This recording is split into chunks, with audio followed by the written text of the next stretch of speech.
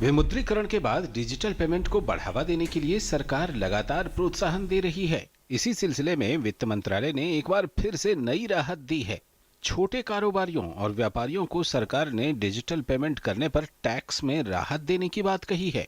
सरकार ने कहा है कि छोटे ट्रेडर्स और व्यापारी जिनका टर्नओवर 2 करोड़ रुपए से कम है, अगर वो डिजिटल पेमेंट लेते हैं तो उन्हें कुल टैक्स में 2% तक का छूट दिया जाएगा।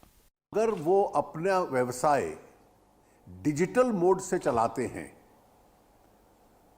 तो इस 2 करोड़ तक की टर्नओवर में उनका जितना व्यवसाय डिजिटल मोड में होगा उसके ऊपर केवल 6% प्रिजम्पटिव इनकम माना जाएगा। यानी कि उनकी आमदनी अंदाज के आधार पर 6% मानी जाएगी, जो पहले 8% थी। और जो कारोबार वो डिजिटल मोड से नहीं करते, कैश में करते हैं, तो उसको 8% के हिसाब से उनकी आमदनी मानी जाएगी।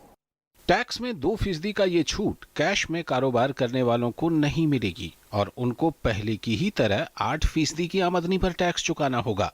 लेकिन अगर वो बैंकिंग सिस्टम के जरिए कारोबार करते हैं तो 6% आमदनी पर ही टैक्स देना होगा, जो उनके लिए एक बड़ी राहत होगी। आइए इस छूट को आसान तरीके से समझने की कोशिश करते हैं। मान लीजिए कि किसी छोटे कारोबारी का 1 करोड़ रुपए का सालाना टर्नओवर है। ऐसे में अगर वो नकद में कारोबार करता है तो उसे पहले की तरह ही 8 लाख रुपए पर टैक्स देना होगा।